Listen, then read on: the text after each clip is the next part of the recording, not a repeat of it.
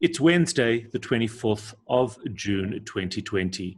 COVID-19 has taken a massive toll on economies around the world. South Africa, of course, has not been spared. And 3 months into lockdown, there is great concern. News 24 did a recent survey, and they found that 4 out of 10 of their readers' personal finances have been severely affected by COVID-19. 60% of their readers have dipped into their saving funds, and 35% say that their salary or wages have been reduced since the outbreak of the pandemic. It wasn't pretty before the pandemic, and it is certainly a lot worse now. I'm Howard Feldman. This is the Synthesis Podcast. My guest this afternoon, David Shapiro. David is the Deputy Chairman of Sasfin Wealth. His fund, in fact, has received Raging Bull Awards in 2018 and 2019. He is a market commentator on 702, SAFM. He's been on BDTV, CNBC, and is very, very well known to many who follow the market. David, thank you for joining us. With pleasure. Nice to be here. Nice to have you. So how bad is it, actually? Howard, I want to address one factor. This annoys me, is that one must understand this is a health crisis. And when we went into lockdown, the obligation of governments, and you'll hear this from Jay Powell, who's Chairman of the Federal Reserve, he always says it wasn't the people's fault. It wasn't their fault that they're finding themselves unemployed. And, he said, we've got to do whatever we can to help them bridge this position. In other words, get over it. And all governments took the same obligation. They said, listen, it's not your fault. We're doing this in order to spare the hospitals, to allow the hospitals to cope with the increased traffic that's going to come. Now what we find is that the government's never fulfilled that obligation. So what you're reading out to me should never have happened. We shouldn't have put people in a position where they have to dig into savings, where their salaries are being cut, where they've lost their jobs. That's the balancing act that you have. So what's worse, COVID or the economic damage? Yes, it's very difficult to say, when you start talking about death and illness, of course, that always wins over a person having their salary cut by a third. But the point I'm getting at is that I can't understand that. The poor hairdressers, the events companies, the MCs, people and so on, who even lawyers and even doctors who've lost an enormous amount of income. It was never supposed to be like that. They weren't supposed to be the affected party. So I'm saying that's one area that I feel has not been addressed by governments, where they haven't fulfilled what they promised us when they forced us into, sitting in a corner in our homes and looking at other people on computers. So what should they have done, in your view, from an economic perspective? Obviously, you're not a medical person, but just taking that into account, what do you think they should have done? Had a limited lockdown and then opened up, I imagine. Or at least ensured that people were put in the same position that they would have been, understanding the whole thing, understanding where we've come from. This has been an absolute mess from every angle. The more I look at it, I'm not complaining. I'm sitting here very comfortably. We're looking at markets. Markets have held up. We can talk about that in a different way. But I think when we look at this whole pandemic, no one's taken charge. There's no world leader that's come, and whether it's a WTO, it's shown their weakness. They should have been and said they should have got world leaders together. They should have been much more forceful. Certainly not Trump. I mean, Trump is missing in action. I don't know. Right. You can't find him. You can find him somewhere in Tulsa or wherever he is. But he's certainly not the world leader that one would have expected would have taken charge and got people together and say, okay, how are we going to overcome, number one, the health crisis, and secondly, the economic crisis? Everybody's just being scattered all over the place. Even in America themselves, each state is taking on, maybe that's a good thing, that each state takes on the obligation themselves. But I've been incredibly disappointed that nobody has emerged as a statesman in this respect. There's no Churchill. That you can assure yourself. No. Absolutely no Churchill around. So, but it is interesting because we don't know. We probably won't know for some time if there's anybody that kind of emerges as a world leader here. But certainly we don't see much of it. There's no example that we can look to and say, well, that worked. That was fantastic. That's exactly my point. You know, what's going to come of the world order after this? There's immense damage. You know, a lot of people are going to come out of this not only health, damaged in health, but damaged economically. And it's going to take a long time for them to be able to pick up. And it's leaving scars, on communities. And how are we going to cope? No one really understands. The market's fine. No, market is a life of its own. It's resilient. What's interesting as well, what is interesting is that we're seeing an immense amount of frustration around the world. The Black Lives Matter movement is born out of a tremendous amount of anger, frustration, which I have no doubt has been exacerbated by economic deprivation. Oh, no doubt about that. Why did it attract so many people, night after night? And to be honest, the destruction wasn't that great. I think initially there was looting and that, but that soon dissipated, and now people are just venting their frustration. And there again, no one has emerged. The one thing we're not seeing in America, and this is a disappointment, is that there's no one there can bring the community together. If anything, we're seeing them split. We're seeing them go, and that's all from a world point of view.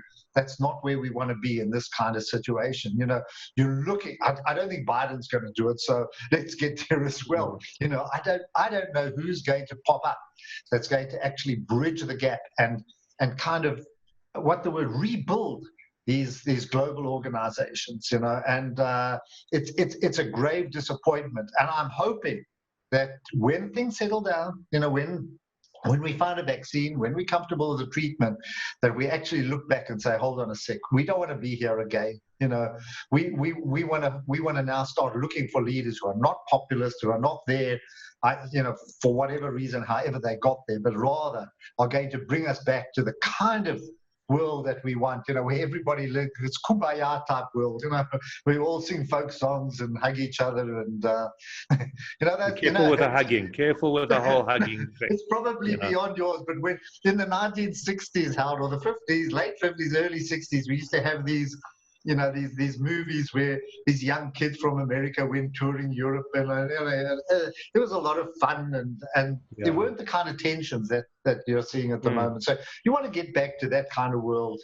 Everybody was on the kibbutz, doing that kind of stuff.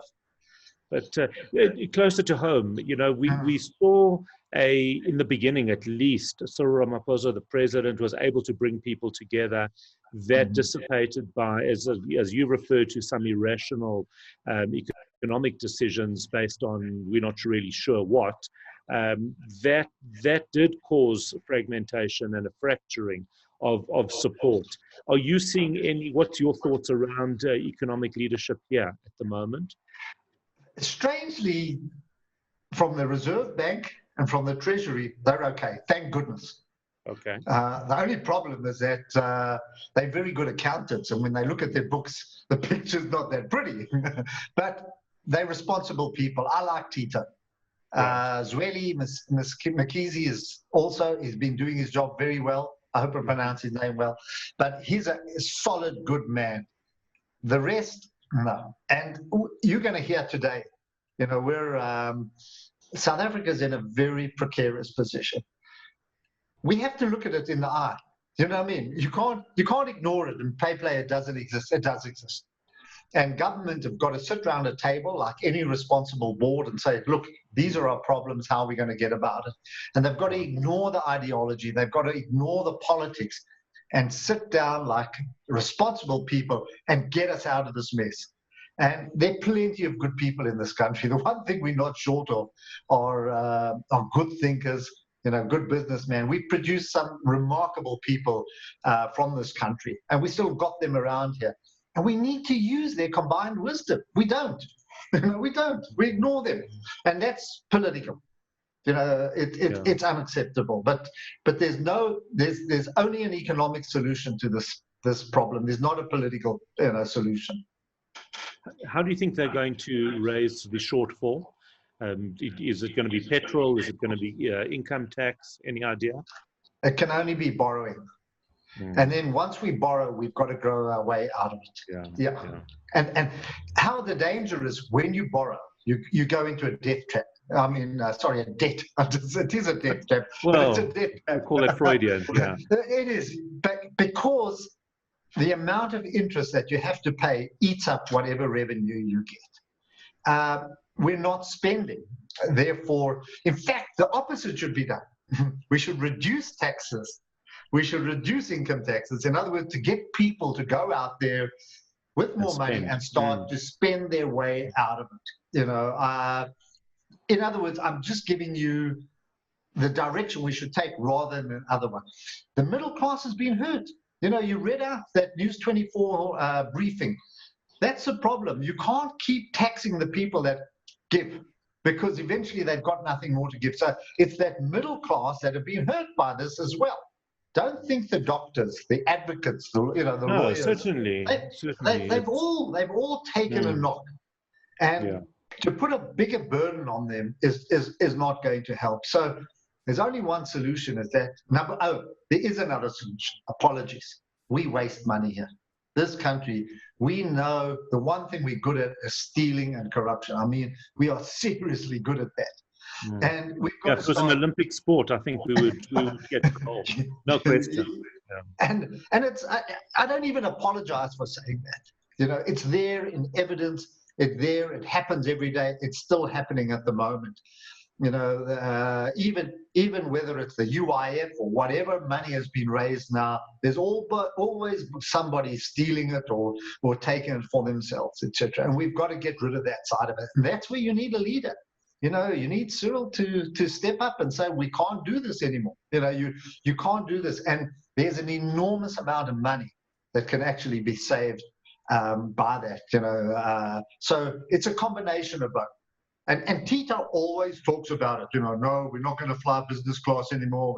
He always comes out with those kind of things. But he's got to step up to the plate and get rid of the people that are doing it. And it goes from head to toe.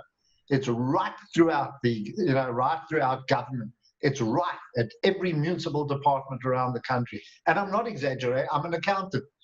And every year the Auditor General comes out and he tells you, only 20% of the organizations that we audited got a clean bill of health. In other words, keep proper books and record. 80% don't keep proper books and record. Now, it doesn't mean anything to a non-accountant, but it means you're not accounting for the revenue. You're not accounting for expenditure.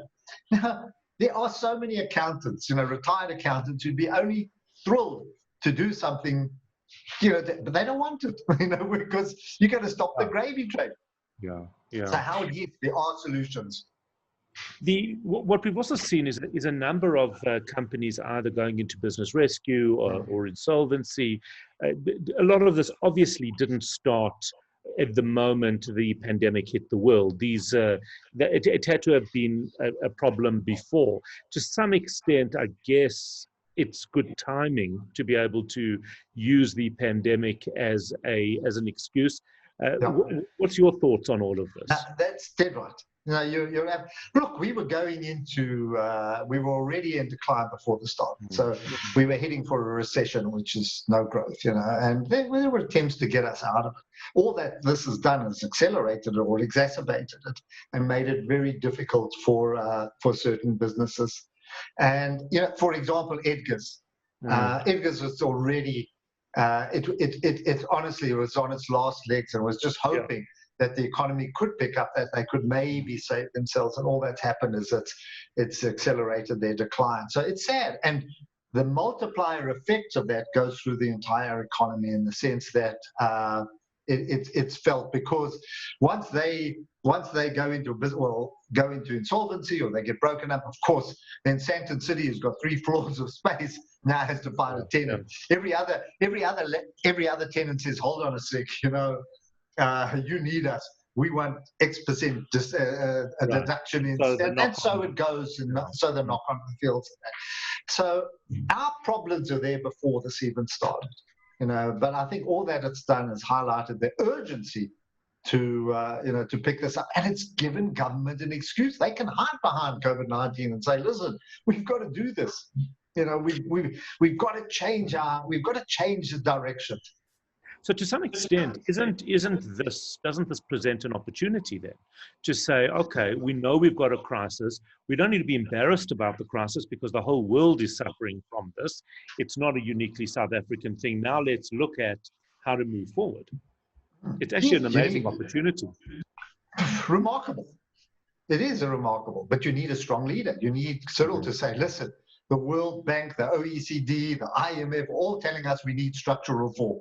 If they're going to lend us money, they want structural reform. What structural reform, in very easy terms, means labor law. That you can hire and fire. We don't have to become subject to the whims of the trade unions. In other words, we can reject it and give thousands of other people jobs. And so effectively, it also means looking at other means of attracting in. The one thing we don't, it happens here, Hal, in this country. And we're actually a brilliant country. We've got everything. God actually blessed us. He didn't bless Israel. He blessed us. Look what Israel's done. He blessed us because he's given us beautiful beaches, mountains, golf courses. We've got it. But we mess it up. But what we don't do is that when somebody wants to invest in this country, throw out a red carpet and say, thank you for coming here. What do you want? How can we make you successful? We don't do that. We don't do that. When the company comes here, or someone comes to invest, we say, okay, you want to invest in this country, these are the rules. You've got to buy your sausages from... Is it arrogance? What is it? Total ignorance and arrogance. Ignorance and arrogance. I think both... arrogance from a point of view is that we still think we're Mandela's puppy, a little puppy that everybody wants to cuddle. That was 94. That was a decade. That was 3 decades ago. We're not that cuddly little puppy that everybody wants to hug and love it. No. In fact, we've turned out to be a bit of a mongrel. So, that's the problem. And we've got to learn to because they can go anywhere else. That money, that travels faster, can go. Yeah, we're not the only show in town, certainly. No. Yeah. So there are a lot more places to go. What are the opportunities, given what's already happened, given where we are today? What are the opportunities looking forward? One of the, if ever you've looked at the big plans, a lot is around tourism. The problem is that that's become a bit of an issue, but it could still be a very attractive area. I mean, I don't think there's any place in the world that matches South Africa for tourism, cheap tourism. Yes, it's long haul, whatever you do. But to do that, you've got to make people feel welcome and maybe want to come here. The other thing is, of course, is around mining. I mean, we're still big miners, but you've got to make it profitable. You've got to make it, you've got to attract people that we can actually open up mining. Yes, it's old world, it's old economy. And then you've got to start focusing on even things like manufacturing, or even if they pockets. But there you need to pay, you can't be controlled by the unions. Howard, I've been on the market since 1972, and I know this is old speak and everything, but if you go back to 1994, those eras, and you look at the stock exchange, admittedly, the market wasn't opened up. It was much more of a closed economy. But we had an incredible array of manufacturers. You'll still remember the names from the frame groups to Rex Trueform. We had furniture manufacturers. We had every form of manufacturer, steel fabricators, everything. The industry here was vibrant. We just let it go. It's just gone. We didn't care about it. We just lay down and let the Chinese come in and run all over us, etc. So we've been in a position where we've done that before. I'm not, people can criticize me. You can attack me and saying, oh, it's impossible now. You can't compete against the Vietnamese or the Chinese or other nations. But believe me, there are still pockets of excellence in this where chaps are actually making money quietly, producing something, selling it overseas, etc. But you've got to create the environment where they can do it, where they're not going to be attacked and said, hold on a sec, you've got to tick the scorecard before you can, I don't know how much time we got, but for some reason, which I can never explain, I was asked to talk at a, it was, I'm trying to explain, it was a Muslim bank. And I was a guest speaker, and I went there. I was not only the only, I think maybe one or two other white chaps, but and I don't want to bring race into it, but certainly the only Jewish boy. And I'm saying, here I am in front of this incredible crowd. But what appealed to me, each table was a business. The family, each was a family, but they had them. And I looked at it and I said, it was remarkable. Some of them were pharmaceutical manufacturers, furniture manufacturers, merchants, whatever. Every table was a little business. And they were all talking amongst each other. And I said, don't mess with that. I'm not, do you understand what I'm saying to you? Don't mess with it. That's where the growth of a country comes from. Those little tables around there. We as Jews know that. We know that very, very well. We know when our grandfathers came and our fathers, how those businesses, those family businesses evolved and grew, etc. And I looked at that with kind of pride. I said, we've got to allow that to happen. Don't stop it. Don't encourage that. Yeah, we've got to encourage that. We've got to encourage. We don't encourage it because we put rules. We put too many rules down. And from our point of view, you want to go back where you create an environment, regardless. Forget about the ideology side. That will take care of itself. When growth comes, that vanishes. Nobody cares about that. That is true. The other thing that is incredible in South Africa is the infrastructure around our financial institutions. Our banking is world-class. Technology-wise, we've really got the infrastructure to be world leaders in these areas. No, you said it. We've got a stock exchange that's, 140 years old, from 1886. So, and it's our bond markets are world-class. So the financial infrastructure is there. We're not short of bankers. We're not short of smart-ass people here. We've got plenty of them to create products of that. That's a very important point, and we're way better. That's why when it comes to emerging markets, we're always a proxy for the currency because of our very developed emerging markets, and that you cannot develop without that. So it's an incredibly important point that you've raised. Yes, we're there. All we need now is people who want to actually put on their dungarees and go out, dig holes, and start creating factories or doing things. Yeah. So if you were leading the economic reform in South Africa, give me 3 things that you would do. I think the first thing is I'd get rid of, and I think I was asked a question for something in the Financial Mail. I think the first thing I would do is get rid of government. And I'm not politics. I'm not a politician. I'm an accountant. I'm a businessman. I understand the cash book. In fact, I'm not even a good businessman. I tell people which shares to buy and sell. I can identify good businesses. I can't run a good business, but I can identify a good business. And I think there's a difference there. And when I look at what makes good businesses, I think we can create that here. But you can't do it where you've got interference along the way. John Templeton, the late John Templeton, who was like a Buffett in his day. He started Franklin Templeton, a great thinker, and he always gave rules and always said, avoid socialist countries. In other words, stay where the rules allow people to develop. In other words, what I'm saying? And you've got to look for, that's the kind of country you want to be, where people want to come here. I always look at Israel with great pride. To be honest, I haven't been there since, I don't know, my nephew's bar mitzvah. I haven't been there because I keep going to Australia, I keep going to America. I can never go to Israel. But when you look at that, it's a remarkable economy. and it's a skill-driven economy. They haven't got the natural resources. So I don't mean to bring it up from the fact that I might be Jewish and that, but I always look at what they've achieved with very limited natural resources. Absolutely. And you have to say why. Simply, they created an environment, they invested in people, they invested in skills, and they created an environment where businesses can prosper.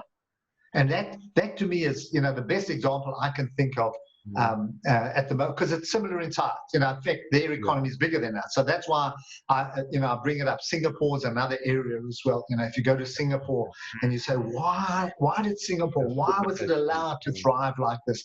And it's because people wanted to be there. It was safe. It was vibrant, they helped business.